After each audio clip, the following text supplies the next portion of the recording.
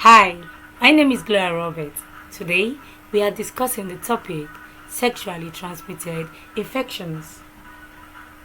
Objectives of lesson. As the lesson progresses, the students should be able to 1. Define sexually transmitted infection. 2. Mention at least 4 common examples of sexually transmitted infections. Number 3. Give the causative microorganism of each example. And then lastly, number 4, state their symptoms and methods of prevention or control. What are sexually transmitted infections? Note that the acronym for sexually transmitted infections is STIs, and these are diseases that can be spread from one person to another through sexual intercourse or certain sexual activities. Also, sexually transmitted infections are known as sexually transmitted diseases, that is STDs or venereal diseases. So take a look at the images below. Common examples of sexually transmitted infections are 1. Syphilis, 2. Chlamydia, 3. Hepatitis B, 4. Herpes, 5. Gonorrhea, 6. AIDS, 7. Trichomoniasis, and then 8. Genital warts. Note that syphilis, gonorrhea, chlamydia, and trichomoniasis are curable sexually transmitted infections.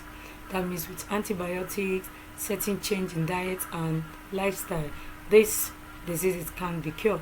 While hepatitis B, herpes, AIDS, and genital warts are incurable. That means presently there is no cure for them. However, they can be managed. The person can have sexually transmitted infection without having any symptoms, obvious symptoms of these diseases, and so such a person is said to be asymptomatic to that infection. This makes sexually transmitted infections very dangerous. How? If the symptoms are showing, the person will know that he or she is sick and go for medical help. But when they don't show, how will the person know that he or she needs to go for medical help? So, this asymptomatic of a thing makes sexually transmitted infections very dangerous. And so we shall be looking at the common sexually transmitted infections. And so we are starting by looking at number 1 here, gonorrhea. Now, gonorrhea is a sexually transmitted infection which is caused by a bacterium called Neisseria gonorrhoeae. Neisseria gonorrhoeae. What are the symptoms of this disease? Number 1 is that it causes swelling or pain in the testicles of men, and it also leads to burning sensation when urinating. Number 2 is that it causes thick, yellowish or greenish discharge from the genitals of both the male and the female. Number 3, it can lead to bleeding between periods and pains in the abdomen. Number 4, it can cause swelling of the vulva and redness around the urinary openings in female. And lastly, it can lead to sterility at the advanced stage, or what we call infertility, in female. So let's look at how to control gonorrhea.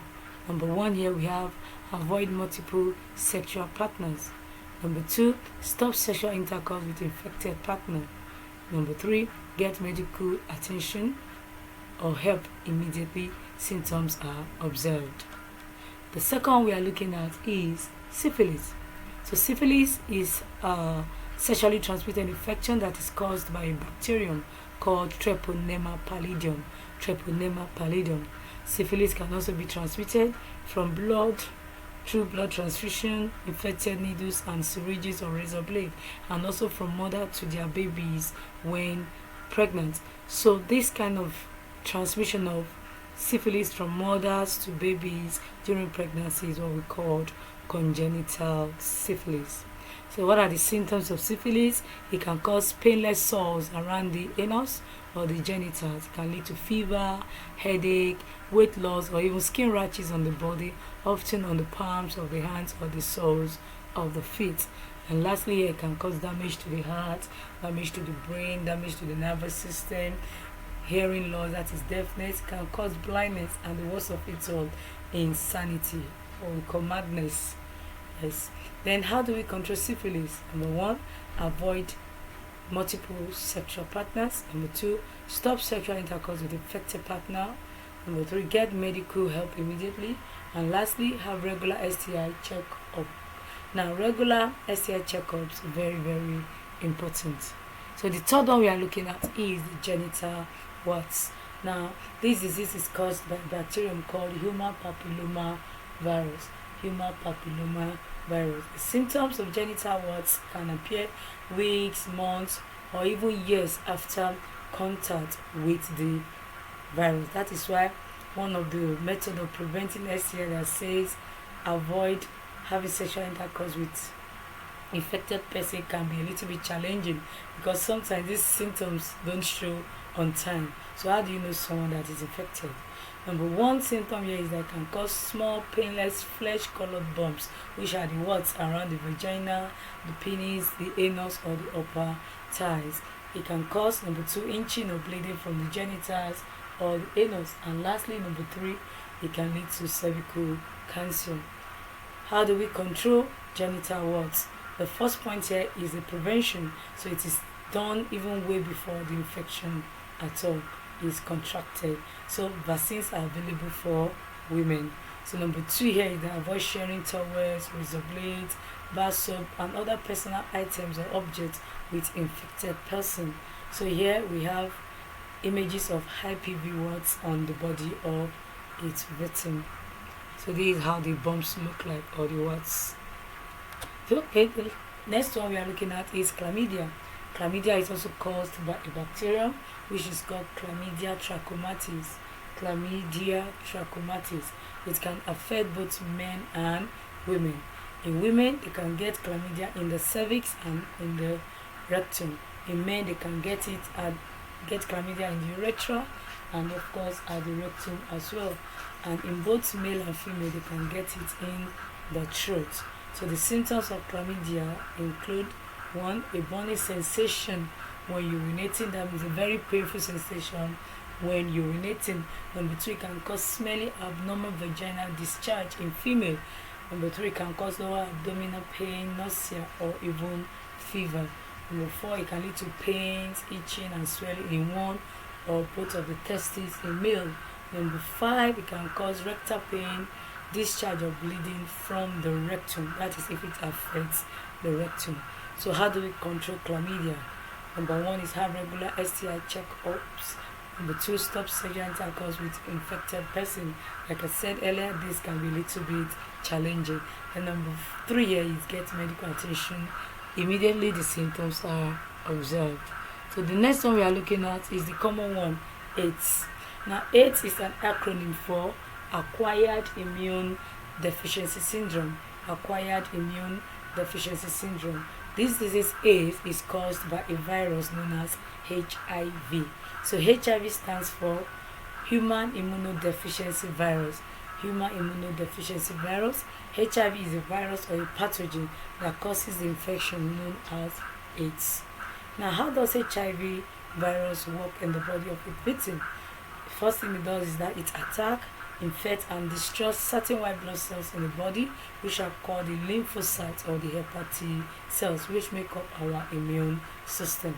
What I'm trying to say here is that the HIV virus destroys the white blood cells in the body of a victim. The white blood cells are the natural immunity in the body. They help to prevent germs, diseases, and infections, and so on.